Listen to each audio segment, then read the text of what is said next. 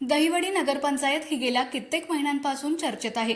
माजी नगराध्यक्ष सागर पोळ यांच्यावर अविश्वास ठराव दाखल होऊन तो बहुमताने मंजूर देखील झाला।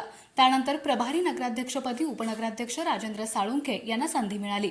19 मे रोजी पीठासन अधिकारी उज्ज्वला गाडेकर यांच्या अध्यक्षतेखाली दुपारी 12 वाजता नगराध्यक्ष पदाची निवडणूक होणार असून माजी नगराध्यक्ष आणि विद्यमान नगरसेवक धनाजी जाधव हे परत एकदा दहिवडीचा कारभार सांभाळतील अशी चर्चा सर्वत्र आहे। मंत्री जयकुमार गोरे यांचे विश्वासू असणारे धनाजी जाधव यांनी त्यांच्या सरपंच पदाच्या आणि नगराध्यक्ष पदाच्या कार्यकाळात अनेक विकास कामे केली आहेत। त्यामुळे धनाजी जाधव हे परत एकदा दहिवडीचे नगराध्यक्ष होतील अशी चर्चा दहिवडीकरांमध्ये रंगली आहे।